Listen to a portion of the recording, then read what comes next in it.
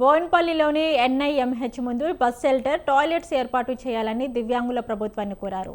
ఎంతో చరిత్ర ఉన్న ఎన్ఐఎంహెచ్కు తెలంగాణ నలుమూలల నుంచి దివ్యాంగులు వివిధ పరికరాల కోసం ఇక్కడికి వస్తూ ఉంటారు. వారికి ఎలాంటి ఇబ్బందులు కలగకుండా బస్ షెల్టర్, టాయిలెట్స్ ఏర్పాటు చేయాలని వారు డిమాండ్ చేశారు. గతంలో ప్రజాప్రతినిధులు ఆర్టీసీ ఎండీ ఎన్నోసార్లు వినతి పత్రం ఇచ్చినా ఫలితం లేదని ఆవేదన వ్యక్తం చేశారు. ఎన్ఐఎంహెచ్ ముందు బస్ స్టాప్ ఆపట్లేదని వాపోయారు. ఇక బస్సు ఎక్కిన తర్వాత దివ్యాంగులపై వివిధ రకాలుగా మాట్లాడుతున్నారని బాధను వ్యక్తం చేశారు. ఈ విషయంపై ఆర్టీసీ ఎండీకి ఫిర్యాదు చేస్తామని, త్వరలో రవాణా శాఖ మంత్రి పొన్నం ప్రభాకర్ను కలిసి బస్ షెల్టర్ మరియు టాయిలెట్స్ విషయం తదితర అంశాలపై వినతి పత్రం అందిస్తామని అన్నారు.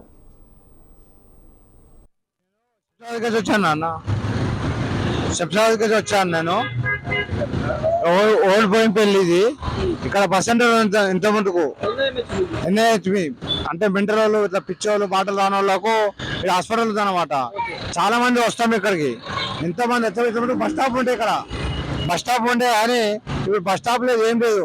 వాన వచ్చినప్పుడు చెట్ల కింద ఉండాలి, వాన వచ్చినా ఎండ వస్తే చెట్ల కిందనే ఉండాలి. ఒకవేళ రాకపోతే ఎండకు కాలుకుంటూ ఉండాలి. ఈ బాధ చాలా పడుతున్నాము. మళ్ళీ గవర్నమెంట్ ఏం చేస్తుంది? గవర్నమెంట్ ప్రజల కోసమే చేసేది. ప్రతి రూపాయి గవర్నమెంట్ ఖర్చు పెట్టేది పబ్లిక్ కోసమే. పబ్లిక్ కోసం ఖర్చు పెట్టారు కాబట్టి పబ్లిక్ కోసం కంపల్సరీగా మనకు ఒక బస్ స్టాండ్ కట్టేయాలి. కంపల్సరీ మనకు ఈడే కాదు, ఏ జాగాలైనా సరే బస్ స్టాప్ కట్టేయాలి. ఇక్కడ మా అబ్బాయికి హెల్త్ మెంటల్ డిస్టర్బ్ గా ఉంటే ఇక్కడ తీసుకొస్తే ఇక్కడ ఏంటంటే బస్ ఫెసిలిటీ ఉంది కానీ బస్ షెల్టర్ అనేది లేదు. బస్ ఎక్కడ ఆగుతుందో తెలియదు, బస్ ఎక్కడ దిగాలో తెలియదు. మళ్ళీ తర్వాత ఇక్కడ బోర్డింగ్ బస్ స్టాప్ అని బోర్డింగ్ కూడా లేదు. దానివల్ల కొంచెం చదువుకున్న వాళ్ళమే మేమే కన్ఫ్యూజ్ అయినాం. అలాంటి చదువుకున్న వాళ్ళకి ఇంకా కన్ఫ్యూజ్ అవుతారు. తర్వాత బస్ షెల్టర్ లేకపోవడం వల్ల ఇప్పుడు రెయిన్ సీజన్ కాబట్టి వర్షం వచ్చినా, తర్వాత సమ్మర్ లో అయితే ఎండ కొట్టినా బస్ షెల్టర్ మాత్రం ఖచ్చితంగా ఏర్పాటు చేయాలి. తర్వాత రోడ్ పైన ఇక్కడ బస్ స్టాండ్ పైన కూడా టాయిలెట్స్ అనేది లేవండి. ఇప్పుడు ఇక్కడికి వచ్చేది ఆల్మోస్ట్ పేషెంట్స్ వాళ్ళే వస్తారు ఈ హాస్పిటల్ కి. ఎందుకంటే మన తెలంగాణ స్టేట్ లోనే అతి పెద్ద హాస్పిటల్ ఇది. ఏది మెంటలీ డిస్టర్బ్ అయిన పేషెంట్లకి ఇది పెద్ద హాస్పిటల్ కాబట్టి స్టేట్ నుంచి ఎక్కడెక్కడి నుంచి వస్తున్నారు. బైంసా, నిర్మల్, కాగజ్ నగర్, మేము కరీంనగర్ నుంచి వచ్చాం. అంటే 170 కిలోమీటర్ దూరం నుంచి వచ్చాం.